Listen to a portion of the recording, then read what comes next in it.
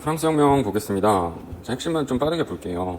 자, 프랑스 혁명은 구제도의 모순, 절대 왕정, 그냥 봉건 제도가 아직 살아 있었고, 재정은 파탄나 있었죠. 미국 혁명 지원 때문이었고, 그다음 30분, 다시 말해서 평민들, 시민들이 각성해 있었다. 계몽사상 이런 것 때문이었죠. 자, 그다음에 당시 왕이었던 루이 16세가 어쨌든 세금 거두려고 3부회 신분제 모임을 소집시켰고요. 표결 방식 어떻게 투표할 것인가 이걸 갖고 싸웠다고 합니다. 근데 결론이 안 나니까 30분, 다시 말해서 시민들, 평민들이 나와버리죠. 그래서 우리가 진정한 국민의 대표다라고 하면서 뭘 만듭니까? 국민의회. 우리가 국민의 대표다. 국민의회를 결성합니다. 그래서 테니스 코트로 가서 선언하죠. 테니스 코트의 선언. 중요합니다. 테니스 코트의 선언.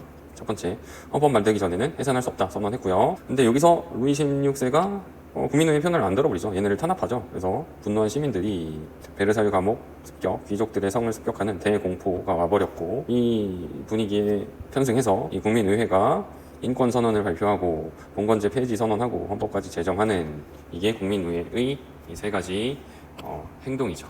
테니스 코트 선언, 대공포, 인권 선언, 이 국민의회 시기의 세 가지 일들입니다. 자, 그 다음에 국민의회는 깔끔하게 해산하고 입법의회가 만들어집니다.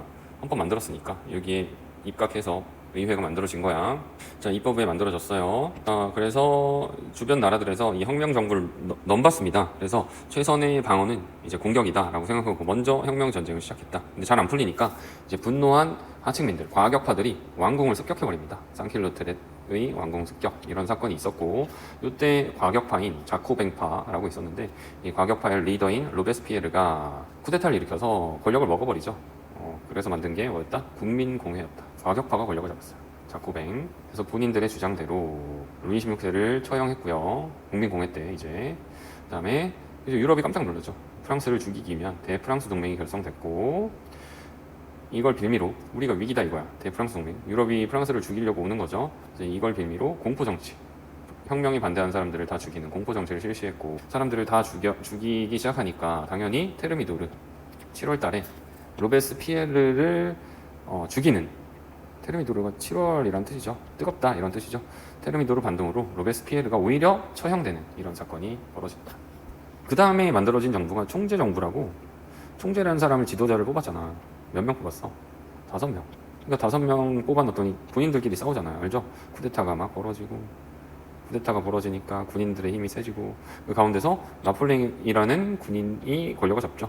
그래서 만든 게 통영정부잖아. 통영정부. 통영정부가 달랐던 점, 나폴레옹이 전쟁에서 승리했고요. 그러다 보니 국민투표를 통해 황제가 돼버리죠. 황제가 됩니다. 이름으로써 혁명은 허무하게 끝납니다. 재정 보겠습니다. 나폴레옹이 이제 황제가 됨으로써 이제 재정이 시작되는데요. 우선 헌법을 만들었어요. 헌법을 만들었는데 신기한 거는 여기 혁명 정신을 넣었다는 게 신기하고요. 그 다음에 나폴레옹이 유일하게 굴복시키지 못했던 나라가 영국이었기 때문에 영국을 말려 죽이기 위해서 대륙 봉쇄령을 내렸습니다. 이거 중요해요. 대륙 봉쇄령. 근데 러시아가 이걸 위반했죠. 러시아 원정을 떠났지만 실패. 이게 나폴레옹의 몰락의 시작입니다. 그래서 라이프치히 전투에서 져서 엘바섬에 갖추지만 탈출. 100일 탈출. 자, 탈출해서 100일 천하 잠깐 권력을 누렸지만 100일 동안 다시 워털루 전투에서 또 지면서 이번에는 세인트 헬레나에 가서 죽게 됩니다.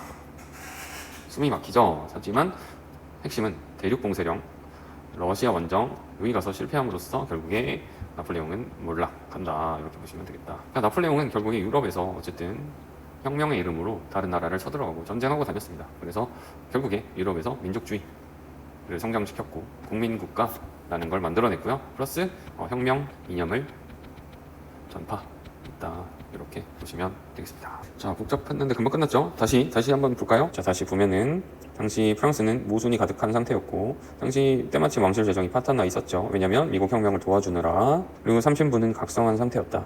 어쨌든 루이 16세는 3부회를 소집한 상태였고요. 표결 방식 가지고 싸우다 보니까 30부는 이 장소를 이탈해서 국민의회를 결성했습니다. 테니스 코트의 선언이 있었고, 그 다음에 대공포라는 상황이 왔고요. 국민의회는 이 기회를 놓치지 않고 인권선언, 봉건제 폐지 선언, 헌법 제정을 이루어냈다. 그 다음 만들어진 게 입법의회인데, 입법의회는 나름 생각을 해서 혁명 전쟁을 시작했지만 상황이 안 좋았죠. 그런 상황 속에서 쌍필로트들이 왕궁을 습격했고요. 이러한 상황 속에서 로베스피에르를 비롯한 자코뱅이라는 급진파가 권력을 잡고 국민공회를 만들게 됩니다. 국민공회는 루이 16세를 처형해버렸고요. 그러자 대프랑스 동맹이라는 프랑스를 위협하는 동맹군이 만들어졌고, 이걸 빌미로 공포정치를 실시해버립니다. 사람들을 죽이는 거죠. 그러자 로베스피에르에 반대하는 테르미도르 반동이 일어났고, 이어서 총재 정부가 만들어지지만 쿠데타가 마구마구 일어나는 혼란 그 자체였다. 그 과정에서 나폴레옹이라는 군인이 권력을 잡으니 그게 통영 정부고, 승리를 거듭하면서 인기를 얻고 국민투표를 통해 오히려 황제가 되버립니다. 나폴레옹은 헌법에 혁명 정신을 넣어버렸습니다. 그다음에 승승장구하죠. 하지만 굴복시키지 못한 나라가 영국. 그래서 영국을 목표로 삼아서 대륙 봉쇄령을 내렸지만 러시아가 어기는 바람에 러시아 원정을 떠났다가 실패합니다. 그래서 쭉 몰락하게 되고요. 결국에 세인트 헬레나에서 죽음을 맞이하게 된다. 나폴레옹이 유럽에서 전쟁하면서 빌미로 전쟁을 하면서 유럽에 혁명 이념이 전파됐지만 민족주의와 국민국가 체계도 만들어지게 됩니다. 아시겠죠? 중요한 거는 이 시기 때 이 시기 때 어떤 일들이 있었는가 이게 중요하니까 이 시기 때 있었던 일들을 핵심으로 보시면 되겠습니다.